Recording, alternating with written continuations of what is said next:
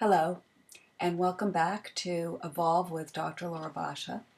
This is our August writing slash video conversation, and today's topic is from an excerpt of Chapter 4 of my new book, The Inward Outlook, which was just published this last week and is now available for sale on Amazon as well as on the Ex Libris bookstore website.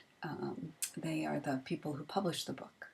So the title of chapter 4 is Positive Transformational Change. And we're going to take a look at what I mean by positive transformational change. And also in this chapter, we begin specifically to talk about what I call transformational humor, a distinction of humor that is actually a psychological vantage point from which to greet life. So I'm going to read a little blurb from the book on what the impact of positive transformational change is, and then I'll just go in, we'll have a little bit of a conversation on transformational humor and the pragmatic and accessibility and usefulness of that frame of mind in life experience. So, positive transformational change, the transformational impact of positive transformational change refers to a significant influence that catalyzes a restructuring of perception, which can then result in a variety of previously unseen alternative choices. Transformational impact is a step change that shifts the status quo. So, in this chapter, I start talking more specifically about a humor continuum. A humor continuum is made up of a whole continuum of aspects of what we call humor. So at one end of the continuum, you would have maybe the kind of cumbersome expression of what could be perceived as disrespectful sarcasm at another's expense, to the other end of the humor continuum, which would be transformational humor. So we are going to be looking at how perhaps sarcastic humor at someone's expense, moving into satire, moving into comedy and fun, moving into transformational humor. The thing to start to understand is that these expressions of humor correlate to levels of understanding of how our thinking creates our experience of life. So the less we understand that the thought is the thing, that our thinking is actually what motivates our choices, that the actions taken out here in our world are actually first taken in thought. Every action that we take is actually preceded. It's actually a reaction to a thought that we've had. So the more we understand that and can start to be aware of the quality of our thinking and recognize when the quality of our thinking is low, like we're in a low mood, so we know when we're in a lower mood, the quality of our thinking is not very high, as opposed to when we're in a very positive mood, when the quality of our thinking is more hopeful, we see possibility, there's a more trustworthy aspect to our thinking when we are feeling well and happy and contented. So just like our feelings correlate, our moods correlate with state of mind, our sense of humor correlates with state of mind. So transformational humor would be the kind of humor that we greet life with. It's more of a psychological vantage point that sees hopefulness and possibility in spite of circumstances and conditions that are happening around us. Now, that might sound unrealistic, but here's the thing. I'm not saying that serious circumstances don't happen to people. In fact, I have not met anyone, particularly in my line of work, but I've not met anyone, including myself, who hasn't had to deal with life throwing curves at us that we just don't see coming.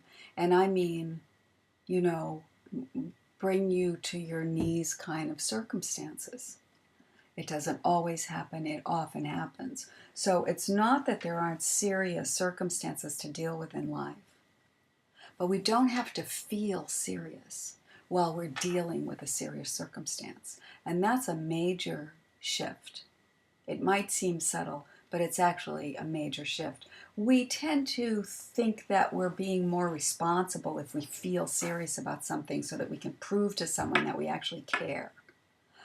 But actually have access to be more responsible, to make a difference in any situation, to have the most intelligent, wisest choice made around any given situation, whether it's with another or with ourselves. The best possible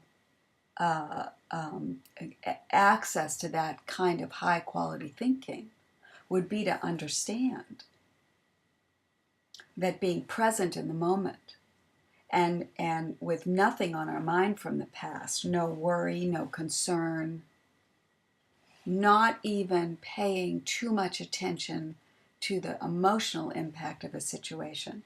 When we understand that thought creates our experience, we can actually be experiencing a very difficult emotional feeling while at the same time standing in a psychological vantage point that gives us access to common sense, to wisdom, and to best choice. Even if we don't have any idea what we should do next, to be able to be present in the moment with a hopefulness and an understanding that in spite of appearances to the contrary, there is a positive context, there is a possibility for well-being, to access well-being and catalyze it for others so that the best of everyone is brought to bear. If you've ever been in a crisis situation, you'll notice that people rise to the occasion. There's actually no time to be worried about what's happening because you have to address the situation that's happening at the time. After the fact, sometimes when we think about what went on, we can get distressed and distraught about it. But again, if we're looking at practicing the validity of how thought creates our experience of life, you can see that if you have time to think about it, then it's that thinking about it and what happened and what could have happened, how awful what happened is, that we start to have our mood go down.